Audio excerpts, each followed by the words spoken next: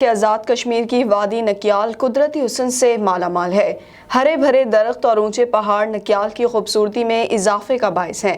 مزید جانتے ہیں ہمارے بیورو چیف محمد مرتضی مغل سے۔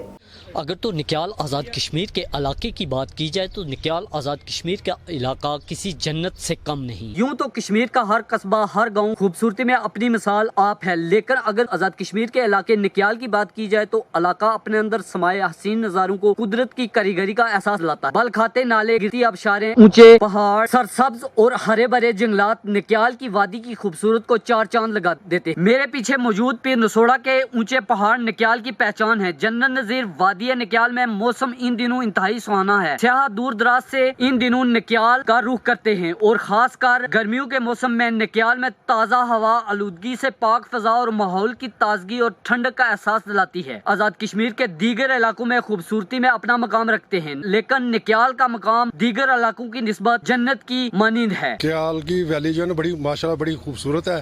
یہاں پہ ڈائیورسٹی پائی جاتی ہے، ہر طرح کے جانور پرندے پائے جاتے ہیں، ہر طرح کی نباتات پائی جاتی ہیں، معدنیات پائی جاتی ہیں۔ معاشرہ بھی بہت اچھا ہے، ماشاءاللہ بڑے پڑھے لکھے اور بڑے باشعور لوگ ہیں۔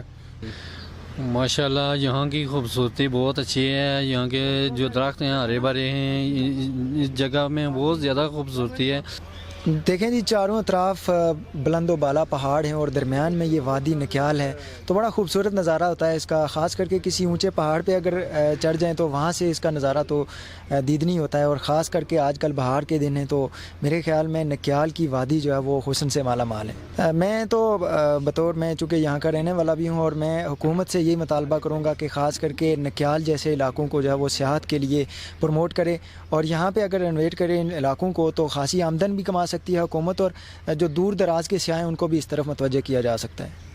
حکومت آزاد کشمیر کو چاہیے کہ وہ سیاحت کو فروغ دے۔ کیمرہ مین بابر مغل کے ساتھ Murtaza Mughal, bureau chief, MM5 news, Nakyal Azad Kashmir.